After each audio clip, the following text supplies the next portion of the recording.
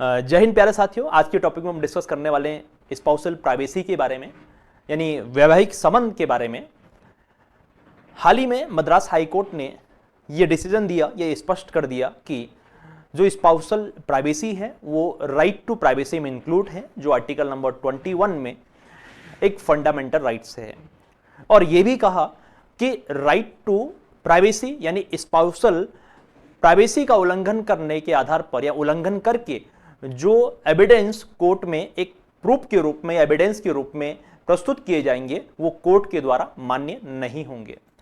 दरअसल मामला एक महिला का है जिसकी शादी 2003 में हुई और उसके 2 बच्चे भी हैं। उन्होंने कोर्ट में एक सिविल रिवीजन पिटीशन फाइल की थी, यानी एक याचिका दायर की कोर्ट में, और अपने पति पर क्रूरता, व्यभिचारी और परित्याग यानी क्रूरटी एंड अडल्ट्री का आरोप लगाते हुए तलाक की मांग की। और पति ने भी, उसके हस्बैंड ने भी उस महिला का यानी अपनी वाइफ का पूरा कॉल डिटेल निकाल करके, रिकॉर्डिंग निकाल करके कोर्ट में प्रस्तुत किया। और महिला ने कोर्ट से मांग की जो उसके हस्बैंड, मेरे हस्बैंड के द्वारा कोर्ट में प्रूफ के रूप में, एविडेंस के रूप में जो रिकॉर्डिंग रखी गई थी उसको अस्वीकार कर दिया जाना चाहिए, क्योंकि उससे राइट टू प्राइवेसी का वॉयलेशन होता है। अब हम बात करते हैं कोर्ट का क्या डिसीजन आया। तो मद्रास हाई कोर्ट ने डिसीजन दिया कि spousal privacy right to privacy में इंक्लूड है। इससे क्या होगा, राइट टू प्राइवेसी का वॉयलेशन होगा, यानी फंडामेंटल राइट्स का वॉयलेशन हो गया। क्योंकि फंडामेंटल राइट्स तो ये वॉयलेशन नहीं हो सकता है, हम डायरेक्टली जो है सुप्रीम कोर्ट या हाई कोर्ट में जा सकते हैं। और सेकंड, मैरिज लाइफ के बारे में हाई कोर्ट ने कहा कि हमारी जो मैरिज लाइफ है, यानी जो हमारा वैवाहिक जीवन है, वो एक दूसरे के भरोसे पर टिका हुआ है, एक दूसरे के ट्रस्ट पर टिका हुआ है। जो हमारा पवित्र बंधन है दोनों के बीच में, उसमें आपस में ट्रस्ट होना चाहिए, उसमें भरोसा होना चाहिए, ना कि एक दूसरे की पर्सनल या एक दूसरे की प्राइवेसी को यानी जासूसी करना, निगरानी करना। इससे हमारा जो पवित्र बंधन है वो क्या होगा, उससे अपवित्र हो जाएगा। ये बात मद्रास हाईकोर्ट के द्वारा कही गई। और ये भी कहा कि क्या नहीं कर सकते, एक दूसरे की सहमति के बिना हम एक दूसरे की जासूसी नहीं कर सकते हैं, या फिर उसकी पर्सनल या प्राइवेसी को इंटरफेयर नहीं कर सकते हैं।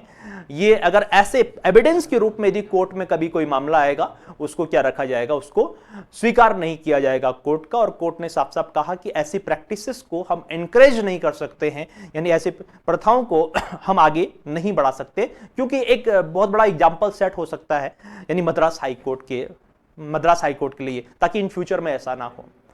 अब हम बात करते हैं राइट टू प्राइवेसी के बारे में, यानी कब इसको कॉन्स्टिट्यूशनल दर्जा मिला, यानी कब ये फंडामेंटल राइट्स में इसको जोड़ दिया गया।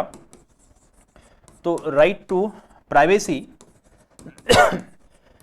हालांकि ये मामला जो राइट टू प्राइवेसी का है वो आपने एंशिएंट टाइम से सुना होगा, यानी प्राचीन काल से ये चलता आ रहा है। और शायद एक बुक आप जानते हैं बहुत अच्छी तरीके से, कौटिल्य की एक बुक है अर्थशास्त्र, उसमें भी जो है राइट टू प्राइवेसी के बारे में जिक्र किया गया है। और हमारी जब कॉन्स्टिट्यूएंट असेंबली की बात चल रही थी उस टाइम पे, कॉन्स्टिट्यूएंट असेंबली में भी राइट टू प्राइवेसी को जिक्र किया गया। हालांकि उस टाइम पे इसको कॉन्स्टिट्यूशन में ऐड नहीं किया गया। और कुछ साल पहले जब आधार कार्ड का जो मामला था, यानी गवर्नमेंट जब आधार कार्ड से लोगों के जो पर्सनल उनकी इंफॉर्मेशन को कलेक्ट कर रही थी, तो उस टाइम पे ये मामला सामने आया था। और इसी के चलते सुप्रीम कोर्ट ने 2017 में एक केस था, और उस केस का नाम था टीएस पुट्टास्वामी